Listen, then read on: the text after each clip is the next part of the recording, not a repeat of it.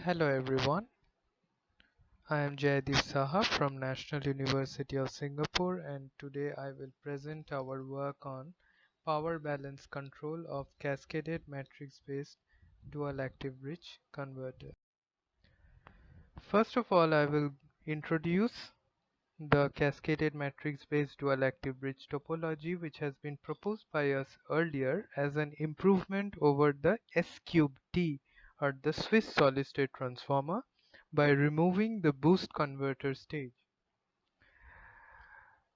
Here is a schematic of the cascaded matrix-based dual-active-bridge converter, and it has the MV-DAB or the matrix-based dual-active-bridge submodules connected in a cascaded fashion or a input series output parallel configuration.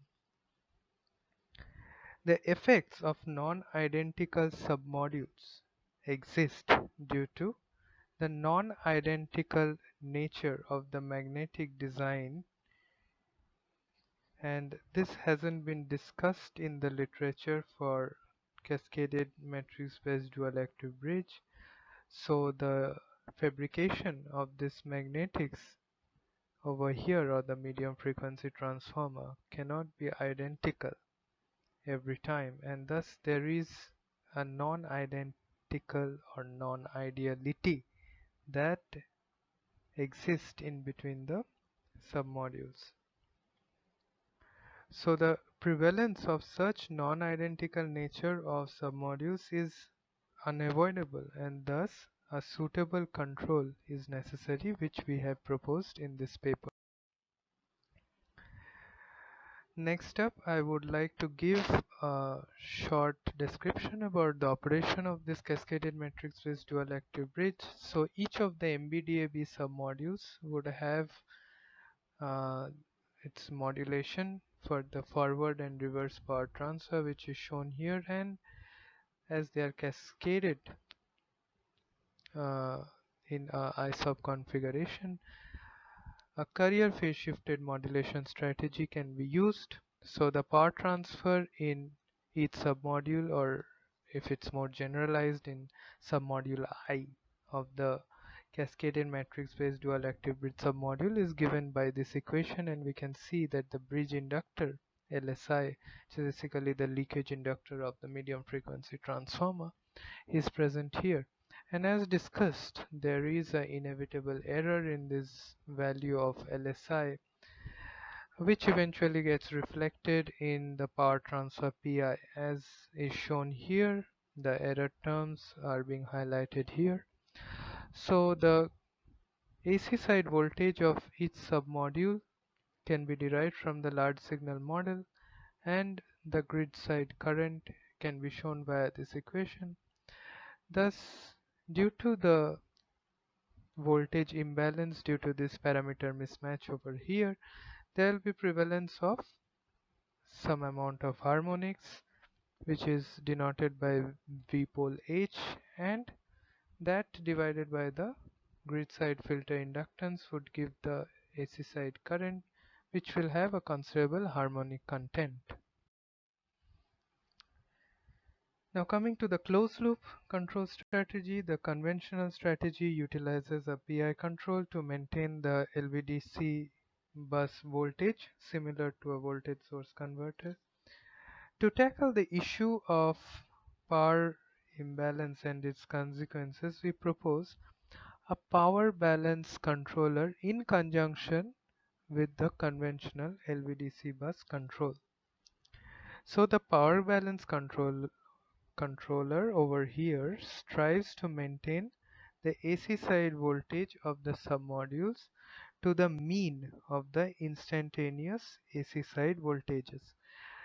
For simplicity, we have taken a 3-cell cascaded matrix-based dual-active-bridge with 2n plus 1 equals to 7 submodules, and we will consider it for further demonstration. So the VACI, or the reference voltage, is set as a mean of VAC1, VAC2 and VAC3.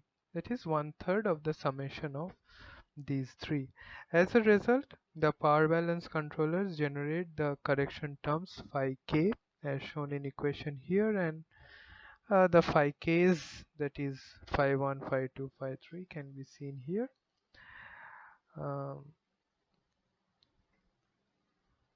So these phase shift correction terms counteract the power imbalance scenario and eventually balances the power transfer through each submodule.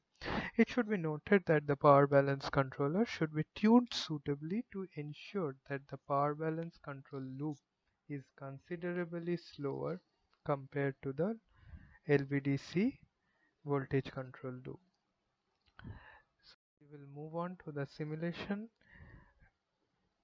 So I would like to point out the grid voltage considered is 2835 volt with 50 Hz of grid frequency, 52.65 kV nominal load power, and 3 are the number of submodules as told before, and we take a 10% parameter mismatch in LSI, that is LS1 is 20 plus minus 10, LS2 is 20, and LS3 is 20 minus 10%. Okay.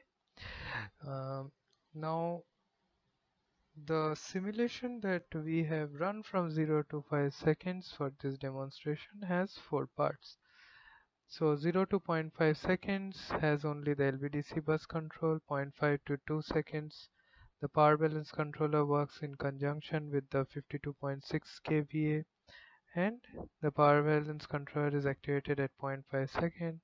Then the power balance control and LVDC bus control works in conjunction for 50% load between 2 to 3.5 seconds, and similarly the power reversal scenario and the controller's action can be seen for the power reversal scenario in 3.5 to 5 seconds.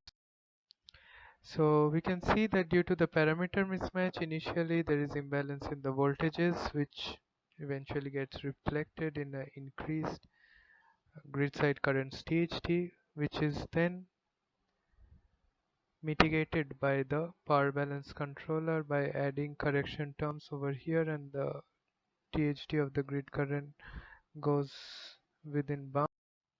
When the 50% load reduction takes place, initially the AC side voltages of the 3 submodules diverge with high grid side current THT. The power balance control then starts its operation to add the phase shift correction terms, and as the steady state is reached, the voltages appear balanced with unequal phase shifts, thus solving the similar action can be seen when the power reversal scenario takes place. Initially the voltages are imbalanced due to power imbalance, and the grid side current THT is beyond the grid code, whereas during the steady state, proper correction terms are added to the phase shift and the voltages and power get balanced, and the grid side current THT again returns to the doctored bounds. Coming to the conclusion, the carrier phase shifted modulation strategy can be very well used to extend the matrix-based dual-active bridges modulation scheme for multi-level cascaded matrix-based dual-active bridge for medium voltage AC to low voltage DC conversion. The power imbalance effect leads to high grid current THT, unequal voltage and thermal stresses for the semiconductor devices, which is detrimental for the converter's operation and also its lifetime. The power balance controller is proposed in this paper to alleviate the issue of unequal power transfer between submodules. The simulation results are presented to show the action of proposed power balance controllers. The demonstration proves the effectiveness of the power balance controllers and its seamless augmentation to the classical LVDC bus control. Thank you for your attention and have a great day.